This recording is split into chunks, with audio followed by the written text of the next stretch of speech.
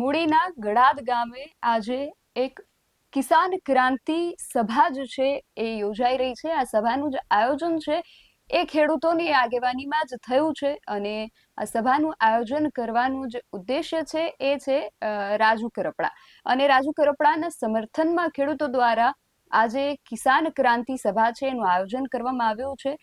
રાજુ કરપડા હળદરની અંદર જે ઘટના બની હતી એ બાદ લગભગ 108 દિવસ જેટલો જે કાળ છે એમણે જેલવાસ ભોગવ્યો અને એમની સાથે ઘણા બધા એવા ખેડૂતો હતા, ખેડૂત આગેવાનો હતા, આમ આદમી પાર્ટીના આગેવાનો હતા જેઓ જેલમાં બંધ થયા હતા આજે હળદરની અંદર જે ઘટના બની એને લઈને।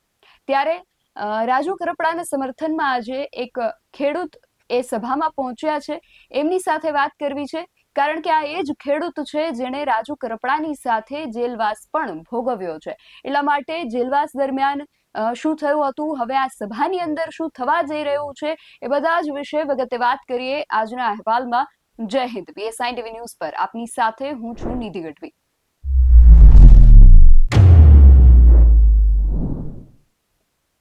ખેડૂતો દ્વારા જ કિસાન ક્રાંતિ સભા યોજવામાં આવી છે। આ સભાનું મૂળ ઉદ્દેશ્ય શું છે, સભાની અંદર શું થવા જઈ રહ્યું છે, જેલવાસ દરમિયાન શું થયું હતું, આ બધી જ વાતો આજે આપણે કરવી છે ને આ ચર્ચા કરવા માટે આજે આપણી સાથે જોડાયા છે વહાણભાઈ દેકાવાડિયા, જે પોતે ખેડૂત છે ને રાજુ કરપડાની સાથે એ પણ જેલની અંદર બંધ હતા। વહાણભાઈ, સૌથી પહેલા તો BSI TV ન્યૂઝમાં આપનું ખૂબ સ્વાગત છે અને સૌથી પહેલા તો હળદરની જે ઘટના હતી એના તમે સાક્ષી છો, એની અંદર તમે જેલવાસ ભોગવ્યો છે। સૌથી પહેલા તો એ ઘટના વિશે થોડી વાત કરો કે શું બન્યું હતું ખરેખર અને તમારી સાથે આ ઘટના દરમિયાન શું વીતી હતી। બેન, સભાની અંદર અમે ગયા હતા, એક બાજુ સભા ચાલુ થઈ, એક બાજુ ત્યાં પથ્થરમારો થયો। ચાલુ સભામાંથી અમને ત્યાંથી જ ઉપાડી દીધા હતા પોલીસે। જી, એ પછી તમારી ઉપર કેસ થયા, કેસ બાદ તમારે જેલવાસ, કેટલો સમય જેલવાસ તમે ભોગવ્યો, એ જેલવાસ દરમિયાન તમે કેવી યાતનાઓ ભોગવી, તમારા પરિવારથી તમારે કેટલા દિવસો દૂર રહેવું પડ્યું, એ જે વેદનાઓ છે એના વિશે થોડી વાત કરો। બેન, અમે 61 દિવસ સુધી જેલવાસ કર્યો હતો।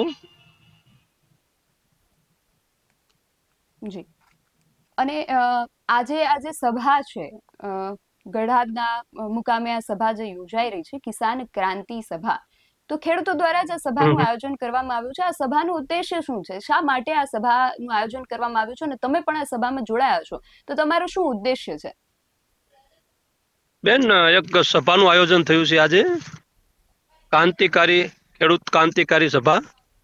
સ્વયંભૂ ખેડૂતોએ આયોજન કર્યું છે અને મોટી સંખ્યામાં આજે ખેડૂતો ત્યાં ઉપસ્થિત રહેવાના છે। જી, અને ત્યાં ઉપસ્થિત રહીને રાજુભાઈના ખેડૂતો સમર્થન કરવાના છે શું, શું આયોજન છે તમારું આ સભાનું।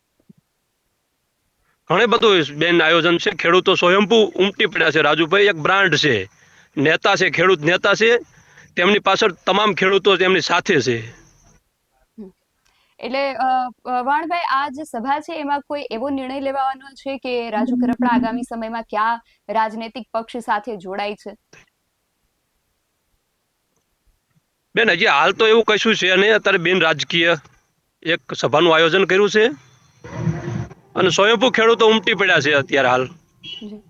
એટલે વહાણભાઈ, ખેડૂતોની શું ઈચ્છા છે કે રાજુભાઈ આગામી સમયમાં શું કરે, કોઈ રાજકીય પક્ષ સાથે જોડાય કે ન જોડાય, જો જોડાય તો કયા પક્ષ સાથે તમે જોવા માંગશો। બેન, કોઈ બી પક્ષમાં જોડાય રાજુભાઈ, ખેડૂતો એમની સાથે સ્વયંભૂ જોડાયેલા છે। એટલે વાણભાઈ, જો એ સત્તા પક્ષ સાથે જોડાય છે તો ખેડૂતોના જે પ્રશ્નો છે, પ્રશ્નો મુદ્દે શું પહેલ અત્યાર સુધી એ જેવી આક્રમક રજૂઆતો કરતા હતા અને ખેડૂતોના પ્રશ્નો, ઘણા બધા પ્રશ્નોનું સમાધાન પણ લાવી ચૂક્યા છે, અમુકનું નથી આવ્યું, તો એ પ્રકારે સમાધાન લાવી શકશે રાજુભાઈ કરપડા। 100% બેન, 100% લાવશે જ। કોઈ બી પાર્ટીમાં છે તે ખેડૂતો માટે હર હંમેશ લડતા રહેશે। અમને પૂરો ભરોસો ખેડૂતોને છે। અને વાણભાઈ, બીજો એક એ પ્રશ્ન કે હળદરની અંદર આજે ઘટના બની તો તમારી ઉપર પણ કેસ થયા છે, તો એ કેસને હવે પાછા ખેંચવા માટે રાજુભાઈ કરપડા કે આ ખેડૂતો આજે જે એકત્રિત થઈ રહ્યા છે તો એમના દ્વારા શું પ્રયત્નો કરવામાં આવશે। હવે તો રાજુભાઈ કોઈ બી પ્રયત્ન કરશે અને ખેડૂતોના હિતમાં જ કરશે। જે નિર્ણય લેશે એ ખેડૂતોના હિતમાં જ લેશે બેન। જી, વાણભાઈ, આપ અમારી સાથે જોડાયા તે બદલ આપનો ખૂબ આભાર।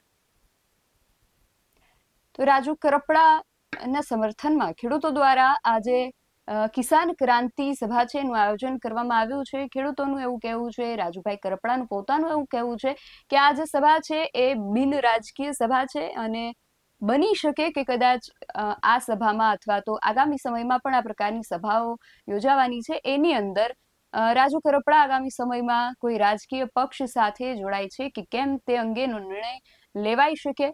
પરંતુ હાલ એમના દ્વારા એવું કહેવામાં આવી રહ્યું છે કે આ જે સભા છે એ માત્ર બિન રાજકીય સભા છે અને ખેડૂતો દ્વારા જ અને ખેડૂતો માટે આ સભાનું આયોજન કરવામાં આવ્યું છે. પરંતુ તમને શું લાગે છે, આમાં શું થઈ શકે છે? તમારો જે મત છે અમને કોમેન્ટ બોક્સમાં ચોક્કસથી જણાવજો. આવી જ વધુ ચર્ચાઓ સાથે મળતા રહીશું. તમે મારી યુટ્યુબ ચેનલને સબસ્ક્રાઇબ કરવાનું અને એમની ફેસબુક અને ઇન્સ્ટાગ્રામ પર ફોલો કરવાનું ભૂલશો નહીં. બાકી અવનવી અપડેટ્સ માટે આપ જોતા રહો PSI TV ન્યૂઝ.